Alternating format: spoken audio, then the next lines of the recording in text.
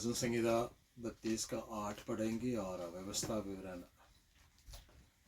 32 अध्याय उसके 9 से लेकर 12 पद को पढ़ेंगे। वहाँ से लेकर हम परमेश्वर के वचनों को आज सीखने जाए।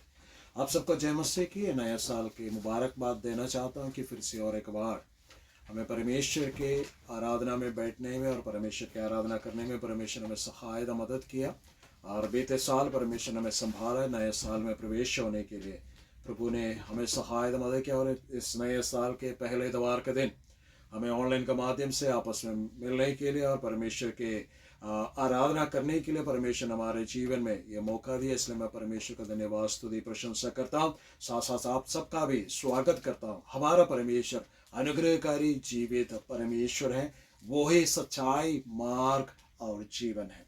आज सुबह का वक्त आप लोगों के सामने रखने के लिए जब मैं ये पिछला साल अंत होने वाला था परमेश्वर के सम्मुख में प्रार्थना कर रहा था, परमेश्वर ने मेरे जीवन में 2 आयतें या 2 जगहों से आयतें दी ताकि इस बात को आप लोगों के सामने रख सकूं।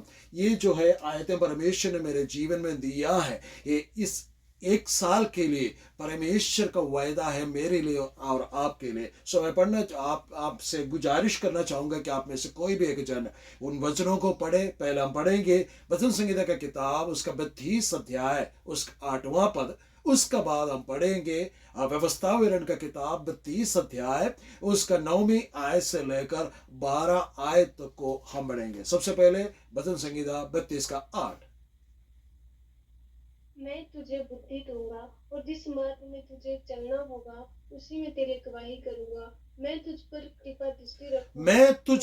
कृपा दृष्टि रखूंगा। अब व्यवस्था विवरण 32 उसके 9 से लेकर 12 तक पढ़ेंगे।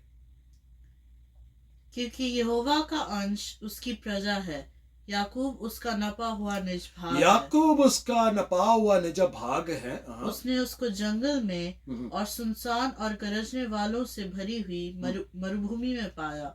उसने उसके चारों ओर रहकर उसकी रक्षा की और अपनी आंख की पुतली के समान उसकी सुधि रखी।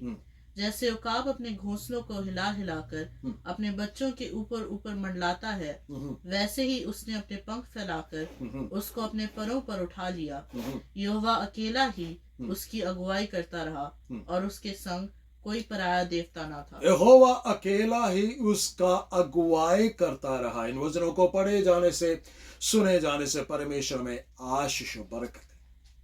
इस साल के लिए परमेश्वर ने जो वचन दिया उसका संदेश यही है कि 2026 कृपा का वर्ष है। It's an year of favour. We are going to get favour from the Lord. हम परमेश्वर की ओर से, प्रभु की ओर से कृपा पाने का, अनुग्रह पाने का उस समय में आ चुका है। 32वां अध्याय उसके 8वां पद में हमने पढ़ा था भजन संहिता में से कि मैं तुझ पर कृपा दृष्टि रखूंगा। God watches over us. परमेश्वर हमारे ऊपर निगरानी रखते हैं। सिर्फ निगरानी नहीं, इस साल में परमेश्वर यूं कहना चाहते कि मैं तुझ पर कृपा दृष्टि रखूंगा, क्योंकि मैंने तुझे कहां पाया मालूम है? मैंने तुझे जंगल में और गरजने वालों के मरुभूमि में पाया और मैंने तुम्हें आंख के पुतले का समान रखा। और याकूब जो है मेरा नपा हुआ एक हिस्सा है। हालेलुया। और मैं उकाब के नाई उससे लेकर फिरूंगा, उसकी अगुवाई करूंगा। आमीन। सबसे पहली बात यह कहते हैं कि याकूब जो है वो परमेश्वर का नपा हुआ व्यक्ति है, निज भाग है। नपा हुआ व्यक्ति का या नपा हुआ निज भाग का क्या मतलब है?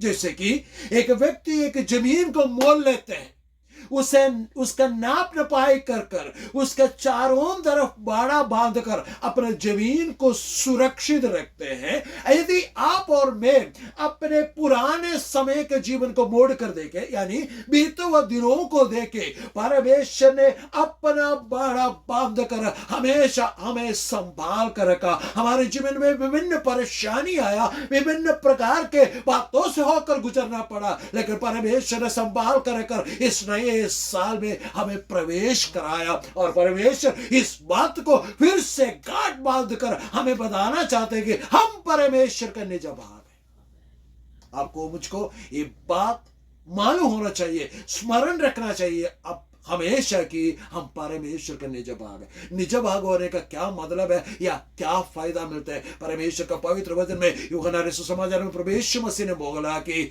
वो कोई भी उन्हें प्रभु यीशु मसीह के हाथों से चुरा नहीं सकते। मुझको और आपको प्रभु यीशु मसीह से कोई भी चुरा नहीं सकता। सबसे पहली बात, परमेश्वर हमारे ऊपर कृपा दृष्टि इसलिए रखना जा रहे, ये साल हमें कृपाओं से भरपूर, अनुग्रह से भरपूर करने इसलिए जा रहे क्योंकि हम परमेश्वर का निज भाग है, नपा हुआ निज भाग है, अलग किया हुआ निज भाग है, सुरक्षित रखा हुआ निज भाग है। उसके ऊपर परमेश्वर का विभिन्न प्रकार का पर्पस है, परमेश्वर का विभिन्न प्रकार का उद्देश्य, योजना मन से परमेश्वर ने रखा आपके और मेरे जीवन का विषय। दूसरे विषय में परमेश्वर यूं कहते हैं, परमेश्वर ने हमें जंगल में पाया। कहां पाया? जंगल में। क्या है जंगल का मतलब?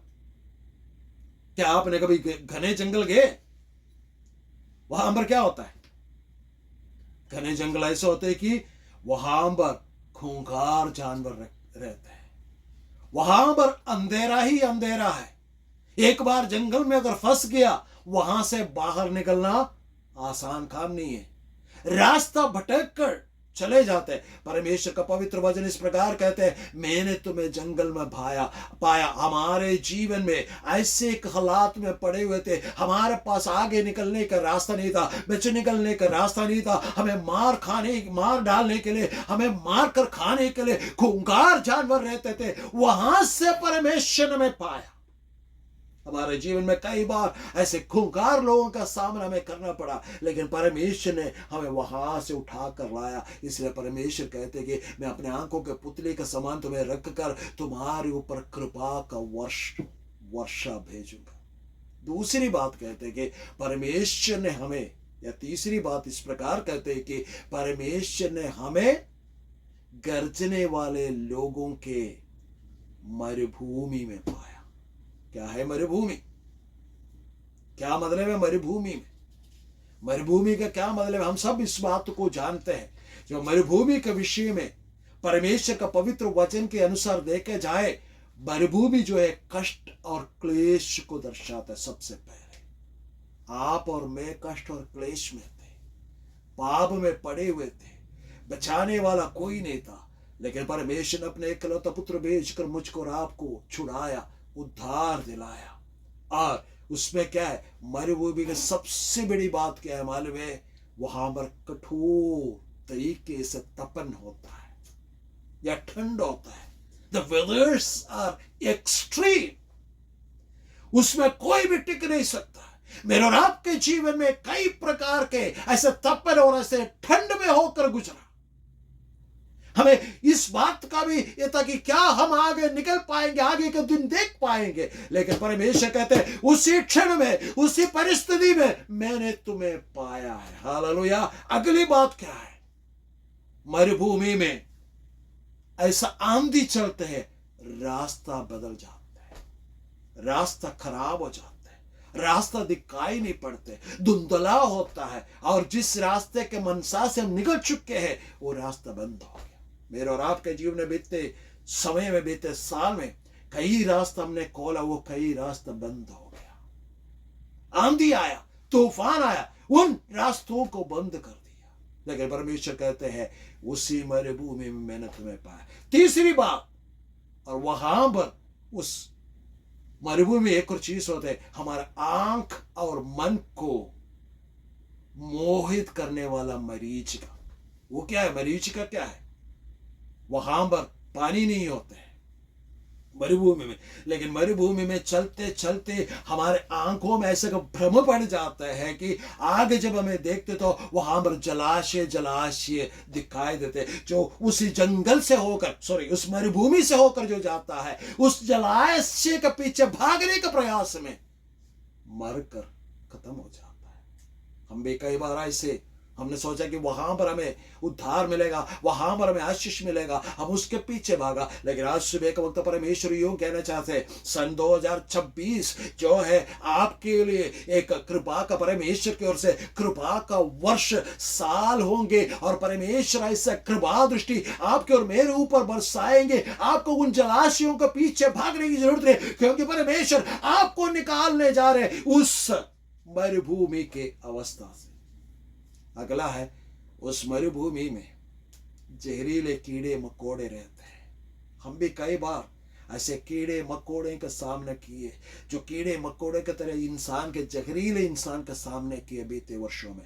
लेकिन परमेश्वर कैसे कहते हैं कि सन 2026 उन कीड़े मकोड़ों से तुम्हें बचाकर तुम्हें आशीष और जीवन देने का समय है। हालेलुया। मैं तुम्हें जीवन देने के लिए, बहुत आयत का जीवन देने के लिए, यदि आज आप मेरी आवाज को सुनते हैं, परमेश्वर यूं कहते हैं, मैं तुझ पर कृपा दृष्टि रखकर मैं तुम्हें बहुत आयत का जीवन, हालेलुया, जाल से छूट कर निकला हुआ उस पक्षी का समान, चिड़ी मार के हालेलुया उस जाल से छूट कर निकला हुआ उस पक्षी का समान आजादी का जीवन जीकर परमेश्वर का महिमा और आराधना आप करेंगे। सन 2026 में बहुत सारे युद्ध होना है, बहुत सारे जगहों पर भूकंप होना है, बहुत सारे नेचुरल कलामिटीज होना है, लेकिन परमेश्वर अपने लोगों को उन तमाम बातों से एक चिड़ी मार के जाल से बचकर निकला हुआ पक्षी का समान बचाकर उसके जीवन में आशीषों को परमेश्वर देने जा रहा है। ये प्रभुत्व की बात है। विश्वास जो करते हैं वो अपने हालेलुया विश्वास कर परमेश्वर का महिमा और आराधना करे, क्योंकि परमेश्वर आपको और मुझको इस साल में आशीषों से भरपूर करने जा रहे। फेवर परमेश्वर के उत्तर कराने जा रहे, चारों दिशा से, जैसे कि हालेलुया उत्तर से, पश्चिम से, दक्षिण से, पूर्व से परमेश्वर की ओर से फेवर आपके ऊपर उत्तर कर आने जा रहे। मरुभूमि चारों तरफ कतरा है, लेकिन परमेश्वर कहते हैं, मैंने तुम्हें पाया, चारों तरफ से तुम्हें अभी आशीष देने जा रहा हूं। इतना समय तक तू कतरों का सामना किया, लेकिन मैं तुम्हें आशीष देने जा रहा हूं। आपने बीते साल में कई सारे चीजें, कई सारे प्रोजेक्ट शुरू किया, कई सारे बिजनेस शुरू किया, सारे बिजनेस के ऊपर आंधी तूफान आकर सब बंद हो गया। लेकिन सन 2026 में You are going to start afresh. आप ताजे तरीके से, नए तरीके से उन तमाम चीज़ों को फिर से पाने जा रहे। जिन्होंने गाड़ी खरीद कर बेचा वो नए नए गाड़ियां खरीदने जा रहे। जिन्होंने अपना मकान खोया वो नए मकान पाने जा रहे। जिन्होंने इज्जत खोया परमेश्वर ने मान सम्मान से भरपूर करने जा रहे, क्योंकि प्रभु कहते कि मैं उकाब के तरह उससे लिए फिरूंगा। हालेलुया। और परमेश्वर कहते कि मसीह यीशु का अनुग्रह हमारे जीवन में रहने जा रहे।